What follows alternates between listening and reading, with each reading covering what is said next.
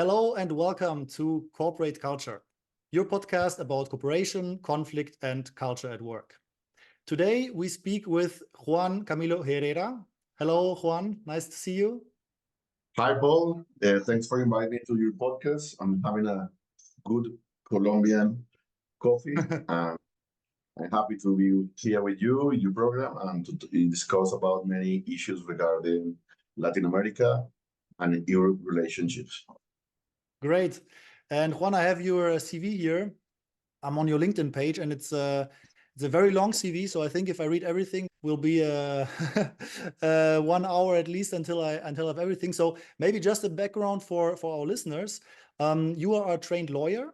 You have a PhD in constitutional law, and you worked at the Constitutional Court of Colombia, among other things. You were also a lecturer at the University in Barcelona. You did a postdoctoral research fellowship at the Max Planck Institute for Comparative Public Law and International Law. And you then moved back to Colombia and are now the director of Greystone Consulting Group, which focuses mainly on business consulting. It's a really interesting CV. And the first question that comes to my mind is, how did you do this transition from academia to now business consulting? I think it's a great question, Paul, because scholars, generally speaking, try to keep in the academia. So I spent almost 10 years just working in academia, researching, and doing my postgraduate degrees. And I really enjoyed that time because it was a decade to think very slowly about main ideas, especially regarding Latin America, and not just around the public law in Latin America, but also human rights and political context, but in a different way of the velocity of the weeks here and the present. After that decade, I keep working in academia. Also, I keep researching and teaching like 30% of my time. And nowadays, 70% of my time is consulting not just businesses, but also private and public sector. I'm happy to have both spheres working in my life, also keeping researching and teaching, but especially practicing the change and the transformative change that we are having right now in Latin America. And how would you explain the focus of the company that you're working in now, the Greystone Consulting Group? What is the main focus of your work there? Okay, the main focus of my work is regarding public law, international, administrative, and constitutional law. That is my main scope. But what is different about our company is that we are capable to build teams and intermediate two different clients between the private and public sector, and building that intermediation of high talented people, not just regarding lawyers, but also journalists, political scientists, economists. We work together to have 360 degrees perspective regarding any matter. And it's not just focus like the normal or the specific scheme of many firms that just focus on the legal issues. We are capable to study the legal issues, but also the surrounding problem, the context beyond the legal issues. And that's why we work a lot with strategic communicators, also with political scientists that give our clients context about how to understand and how to communicate the legal issues beyond judges or other lawyers. What would be also interesting to me is, what was your motivation to reduce your academic work and go more into the business consulting or also public consulting sector? It doesn't come from my brain. It's not a rational feeling. It's an irrational feeling of how I wanted during that decade, just researching and being a scholar, pure time. The need for action and the need also to influence the private sector and the public sector, because many generations, especially in Latin America, are waiting for the middle class that get the general knowledge to bring to the public sphere. And if we just keep writing great ideas with 350 footnotes, published in closed journals, closed groups in a specific elitist universities and institutes, is problematic because somehow the public and private people working in offices from Monday to Friday, they need very specific knowledge, very clear and fast. And somehow they have no time to, okay, I'm going to read this paper, like 35 pages long, to see what the author wants to say about this topic. So I was thinking, oh, we need somehow kind of think tank, but also a firm that helps these public and private people to get knowledge, and also high talented advisors to execute. And also because this is what how I think we can make big transformations in Latin America during this century. And that was my motivation, but also at the same time is for me the best lawyer is not the lawyer that all the time of your life just go and is advising or going to the court the whole life, or the lawyer that just work for the courts or tribunals, or the lawyers that just work in academia. I think this a kind of triangle, and in my case, I have been working from the judicial power of Colombia, the Constitutional Court of Colombia, then from different institutes and universities, and now as a lawyer, walking the streets and talking with the people. P2P is quite important for me to be different perspective of how to be a good lawyer. I think it's a model to follow for this century, and somehow help to make real transformation and not just papers and books to please my ego. And do you think that still your practical work now benefits from your academic experiences? Absolutely. The way I think is the mix of what I have said, how a judge think, because how a judge think is 360 degrees. A judge have to think to see how every single opinion, perspective, argument have to be taken into account to decide something. And a scholar as well, somehow they have to control every part of the argument, but being an advisor, you are just 180 degrees argument. And it's the best argument for my client. My client is a company, is a worker, is an employee, is the president of the republic, is a minister, and we have to build an argument to defend this position against another lawyer or advisor that is also having that 180 or 150 or 100 degrees perspective to make the best version of an argument or an idea of a bill or anything. So the academia helps me a lot to organize the ideas and to think in a very rational but also effective way. But what I like the most is how quickly, after 1 year, I can think and resolve big problems. In academia, we have to spend a lot of time thinking pros and cons and another opinion and another opinion. No, let's decide now, because the clients need the decision today, this afternoon. It's Wednesday, and we need the solution in 2 hours. So you have to think quick. In academia, that is not so common. And that's why the 2 words is nice to have that way of thinking. And I thank my scholar time and thinking, because of the change. It was a game changer for me to think in the way I'm doing right now, and also having evolution of that process. Yeah, I can imagine. I'm especially interested in the business side of your consulting. And as you are working, especially in Latin America, there are a lot of laws which are quite relevant on the European level, also for human rights in business, also outside of European Union. We talked, for example, about the supply chain law, the due diligence law that might come now.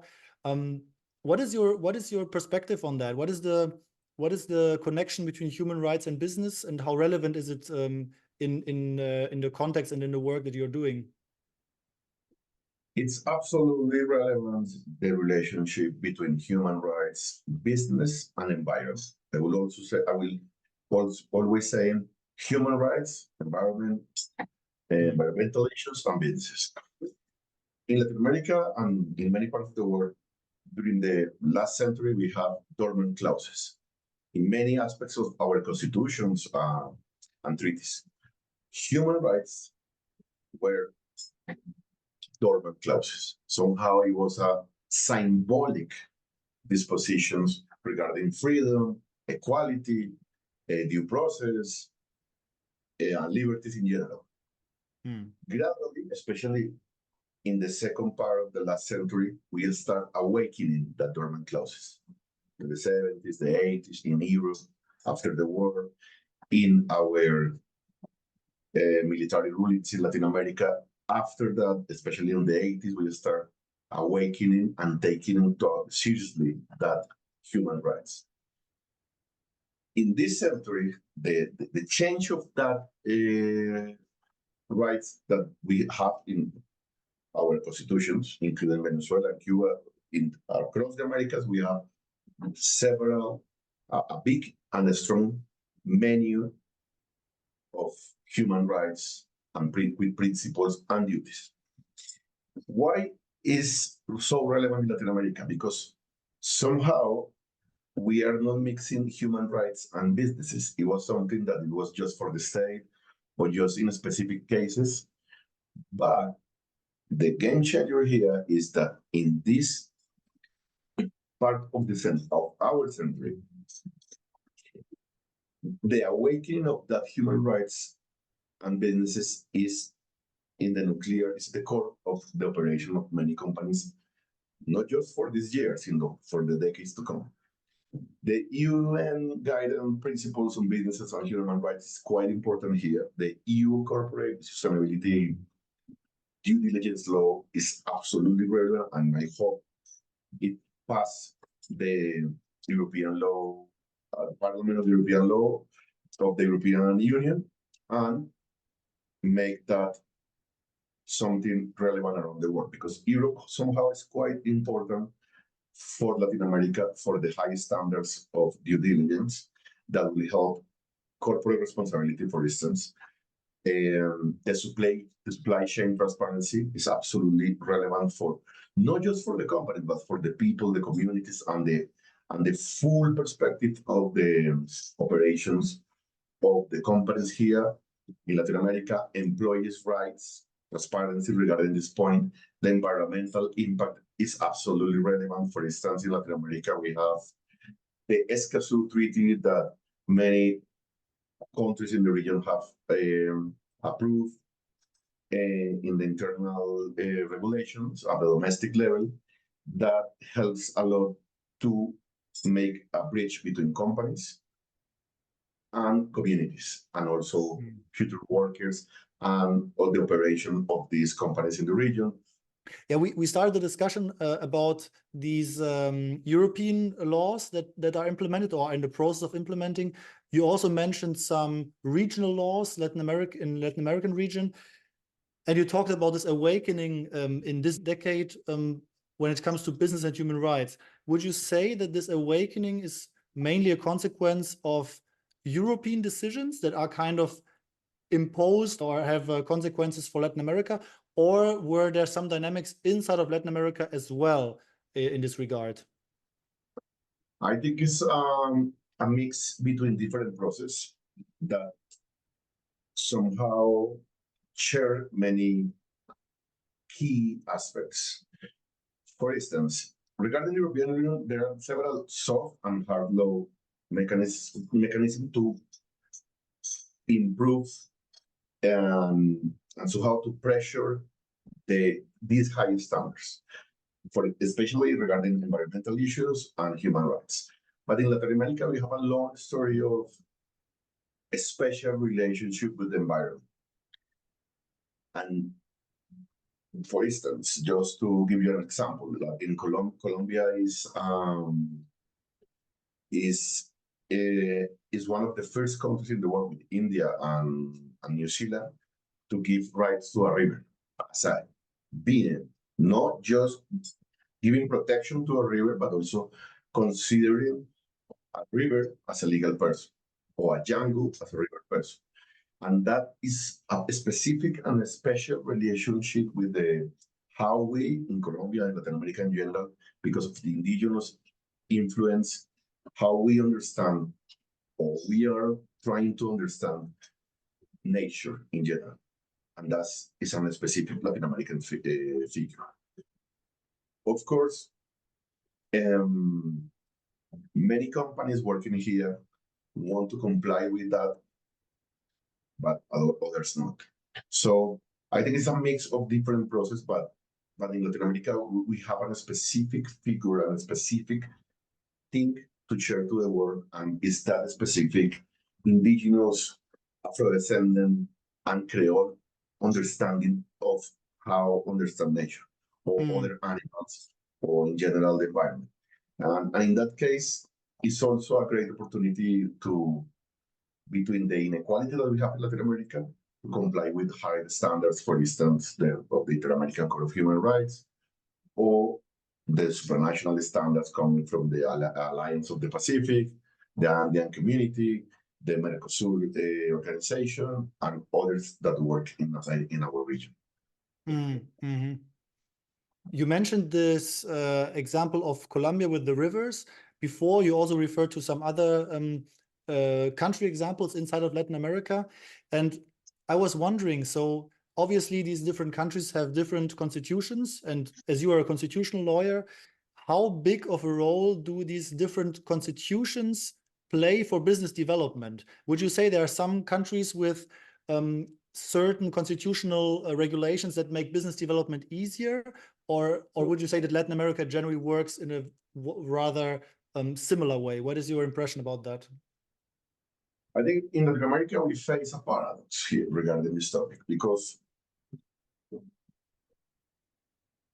regarding the measures, the articles, the constitutions written, is that our constitutions are written from angels. I mean, it's like, we are building, our constitutionalism in general is quite, the proper word is, we are always thinking about a better world, and we imagine, and we have a great magic realism is not in the narrative literature, but also in our constitution. And that means that we have a constitutionalism that want to transform everything in our text. And the paradox is that, if you ask me, we have protection of the rights to property, the labor rights, environmental protection, anti-corruption measures, a legal framework that talks about stability, anti-corruption measures, as I mentioned, promotion of economic rights, social rights, judicial protection and enforcement, separation of powers, a huge amount of principles of rights and duties. You're talking on paper. On paper, exactly. It's not a paper tiger, but somehow the problems is that is how each country have developed that ideals, that articles on paper, and it's the legal frameworks. But that's why companies need a lot of Sherpas here helping how to operate in the region. Because if you just read what it says at the constitutional level, it's not enough to understand how to operate. Yeah. And as you're advising a lot of businesses, also from Europe, from other continents, maybe you can give us just a very short impression of what, in your opinion, are the main differences of the business environment in Latin America and, for instance, in Europe. What makes Latin American business environment or working environment in general, maybe, what makes it special? I think some scholars believe that we can compare Europe with Latin America regarding integration and regarding many issues. But I would say economic stability, of course, in Europe, at least during the last 50 years, is quite stable, and it's easy to predict when you want to invest in a region. At least like Western Europe, I would say. In Latin America, the volatility is the general rule. So that's why you can say, okay, I'm going to invest in Venezuela and in Chile. It's two different words. And separate words, or in Brazil and Colombia. More similar words, but still with different regulation and with the lack of a supranational regulation that somehow guarantee companies to have stability about the investments. So that's quite problematic. Volatility and stability is one of the ideas. The regulatory environment, also the ecosystem regarding the regulatory environment is quite problematic in Europe. Between the connection between the supranational and the national is clear about the rules. High standards, but clear. In Latin America, here is complex and it changed across the region and it's quite problematic to know how to operate in the region. Political stability. The average in Europe in the last 50 years, I will say, it was okay, but the last 10 years is not going so well in Europe. But in Latin America, after the 80s, there is some stability in most of the countries. At least you have the presidencies of the republics in different countries finish the periods. There are some exceptions, for instance, Peru. But if the left came into power, with the exception of Cuba, Venezuela, somehow there are changes. For instance, in Chile, for instance, in Ecuador, Argentina, and other countries. Stability is an issue here that must be into account, and companies needs advisors constantly to give them understanding of what is going on in the region. Because a week here in Latin America, in a country like Colombia, Mexico, or Argentina, is quite complex. So in 1 week, a lot can happen, and company needs that Sherpa to explain what is going on. Right. And maybe let's move from the structural level to the personal level, because whenever we talk, I always hear you coming from a business meeting, you're going to another business meeting, you're meeting many people in Colombia and other countries. And you also worked in Spain, in Germany, so you know the differences. What would you say when it comes to working culture, like working with other people? What makes building business relationships, cooperating with people in Latin America special compared to other continents, maybe? Okay, I think we share, including Australia, I live in Australia as well. Yeah. Relationship-oriented is relevant in Spain, in Germany, in Australia, but in Latin America is quite important. The networks, they play a critical role in the workplace. How are you related with other people? Who you know and who know you is quite relevant here. And that is positive and negative. It's positive because somehow helps your network to feel more comfortable with you and safe, but also is elitist because it is close the doors for other generations to get into power or to relevant places. The other is the flexibility and adaptability. For instance, in Europe, the schedule is more relaxed, and somehow you know that you enter depending on the season of the year at 9 a.m. and you finish at 5 p.m., 4 p.m., 3 p.m., 2 p.m. according. But here is if you leave the place at 3 p.m., you have somehow to explain to your boss or to your colleagues why are you leaving so early. And if you check, for instance, the countries that work more hours. I'm talking about hours, not about the quality of the work. It's about the quantity of the work. Colombia and Mexico are in the last 10 years are heading that tops. In Colombia, in Colombia, for instance, in Mexico is 8 hours. The shift per day is 8 hours, and most of the people spend more time in offices working. But it's not work. It's checking emails, talking, going to have a cigarette, a coffee, 2 hours of lunch. But people in general here are hard workers, but as well is a paramedical structure. Very hierarchical structure we have here. And somehow that is good because the operation is like in an army, but also the critical thinking is a negative issue because it's too hard to complain about what your boss is saying because somehow you are asking your job. So that hierarchical sphere is positive because somehow you can move this like an army. You just give an order and the people comply with. But critical thinking is missing in some specific spheres. I'm not saying that we don't have critical thinking, but it's quite difficult when you confront your boss or your superior hierarchy.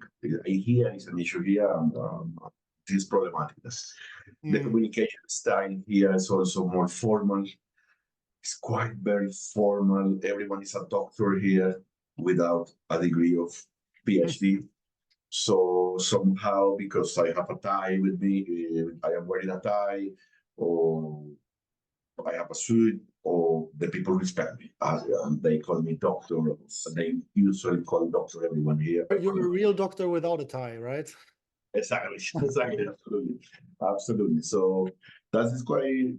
Also regarding work-life balance is quite difficult.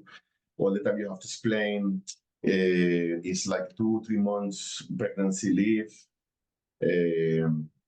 People work here, for instance, in big cities like the Bogotá or the Mexico, capital district of Mexico, Buenos Aires, Sao Paulo. We have massive cities, and you need at least 1 hour or more commuting to see your family. So it's quite complicated to have that work-life balance in Latin America. You talked about networks and you also talked about hierarchy. I would be interested to understand how that affects conflict resolution at the workplace. So in case of business conflicts at the office or between companies, I'm sure you're also in contact with these kind of issues. Would you say, especially for listeners maybe that are not from Latin America, what is there that you have to know about how to deal with conflicts in Colombia and abroad? We have institutions to many companies. In some companies, I would say not many, but some, they have like protocols to do that. But in general, there is no protocol. So how is that persist, or look for another job? That's why we need companies like you, firms like yours, because it helps a lot to build that bridge between work-life balance and productivity. For instance, I know very well that many people with this proposal of having a 4 days workday week, we know very well that if we work harder for 4 days and we have a weekend of 3 days, that will be different. And is there also after the pandemic, we have a game changer here. I mean, remote work is quite spread in the region right now, and that allows us to relax somehow the massive traffic in jams in the city.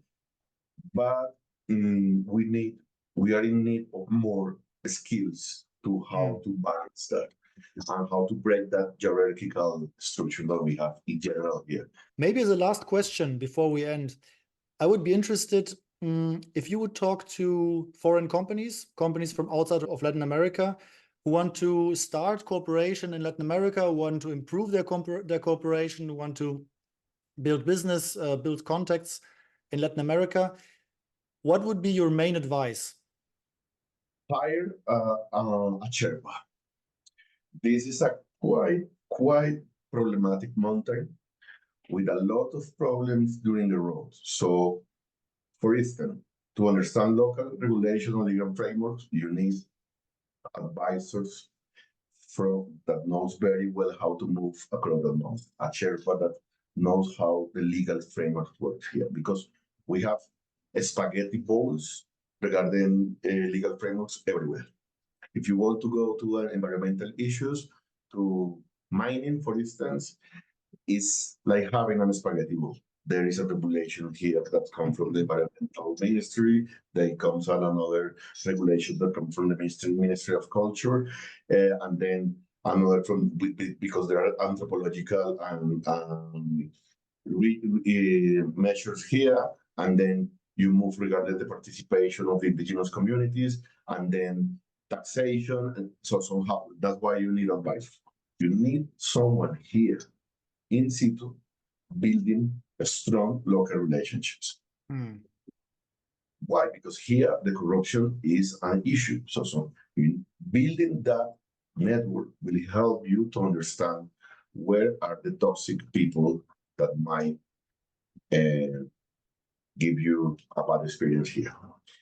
Respect cultural nuances is another. Somehow, I know very well that, for instance, in Germany, punctuality, order, discipline, something that I love about Germany, but here is different. So somehow, do not expect what you have there to be applied here. So you have to relax. Lunch here is an important moment to make businesses.